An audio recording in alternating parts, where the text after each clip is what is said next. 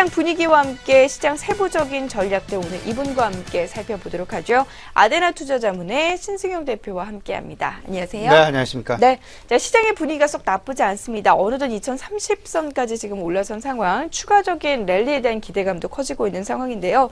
다만 뭐 미국의 보호무역이나 뭐 중국 사드 보복 이런 좀 부분들이 있어서 증시의 발목을 잡지 않을까 우려도 됩니다. 종합적인 좀 분위기 짚어볼까요? 네, 지금 현재 뭐 상황 이렇게 보셔야 될 것 같습니다. 금융시장 환경 내지는 금융시장의 어떤 그 분위기 그다지 나쁘지 않다. 금융시장과 근데 이제 반면에 그 반대편에서 있는 실물시장 같은 경우에는 어떤 상황이 벌어질까? 결국에는 금융시장의 어떤 그 이런 기대감과 분위기 모든 것이 다 실물시장에 대한 기대감과 어떤 그 앞으로의 전망 그리고 개선에 대한 가능성 여부 이런 부분들이 미리 시장 내에 이제 그 선반영되고 있는 그런 부분들이 많은 부분 차지하고 있다라고 이제 보셔야 되는데요. 그렇기 때문에 금융시장과 실물시장 불가분의 관계에 있다라는 것. 다만 시차는 분명히 작용할 가능성은 있을 것이다라는 것.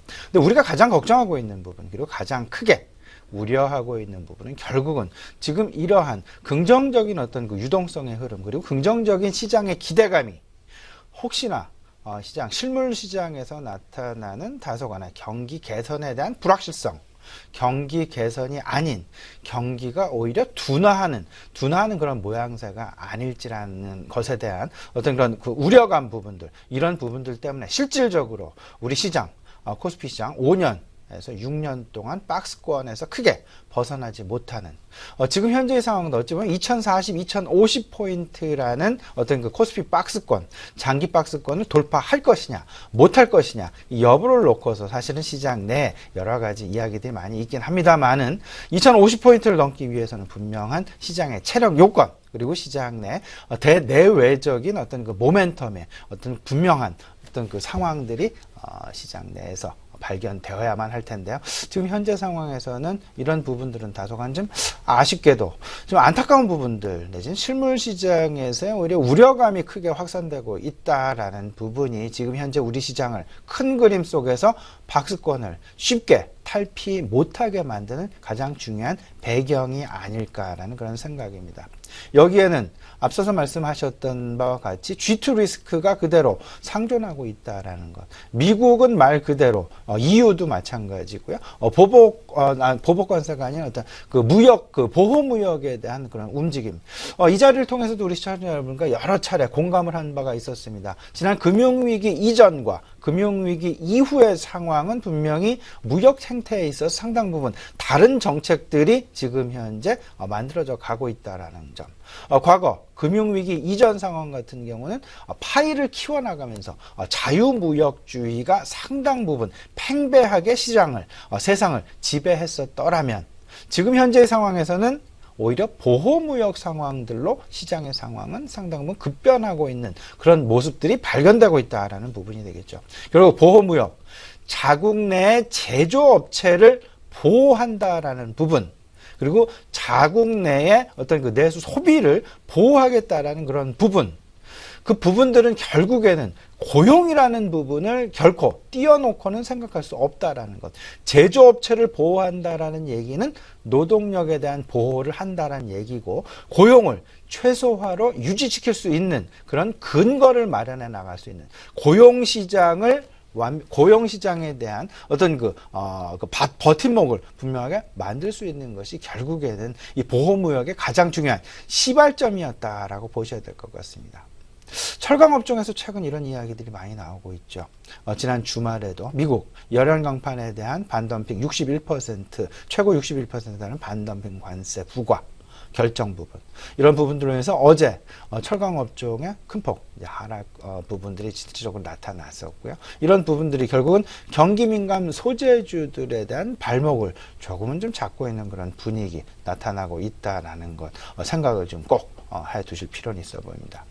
아울러서 중국도 마찬가지가 되겠습니다. 사드의 한반도 배치와 관련된 사드 무역과 관련된 어떤 보복 조치들 이런 부분들로 인해서 선상 비자 체류 기간이 기존 30일에서 7일로 축소되었다라든지 유명 연예인들의 어떤 그 이벤트들을 무기한 연기를 한다든지 아니면 각종 그 화장품이랄지 아니면 분유랄지 아니면 그 음식료랄지 이런 부분에 대한 위생 검역을 강화를 함으로써 오히려 통관 절차를 까다롭게 만들면서 통관을 지연시키는 그런 비관세 장벽의 어떤 그 강화 부분, 이런 부분들이 지금 현재 계속해서 나타나고 있다라는 점.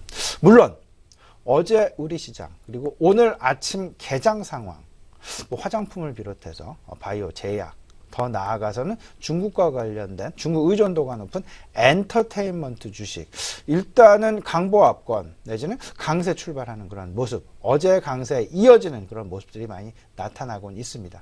근데 저는 이렇게 생각을 합니다.